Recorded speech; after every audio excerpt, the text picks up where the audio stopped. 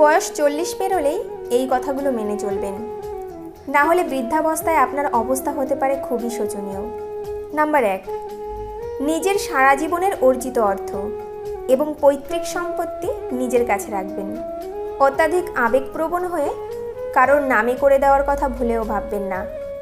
Number 2, নিজের সন্তানেরা যদি বলে যে বৃদ্ধকালে তারা আপনার সেবা করবে, তাদের এই কথার উপর ভরসা করে থাকবেন না, কারণ সময় বদলানোর সাথে সাথে তাদের প্রাথমিকতাও বদলে যায় এবং কখনো কখনো তারা চাইলেও আপনার জন্য কিছুই করতে পারে না।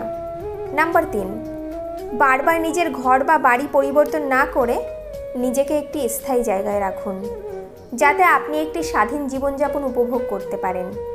নাম্বার 4, বছরে অন্তত একবার হলেও নিজের জীবনসাথীকে নিয়ে কোথাও বেরিয়ে আসবেন, এতে আপনার বেঁচে থাকার দৃষ্টিভঙ্গি বদলাবে। নাম্বার 5, নিজের ছোট ছোট কাজ নিজেই করবেন। বৃদ্ধাবস্থার দোহাই দিয়ে কাউকে দিয়ে কোনো কাজ করিয়ে নেওয়ার এবং কারোর থেকে সম্মান পাওয়ার কথা চিন্তাও করবেন না।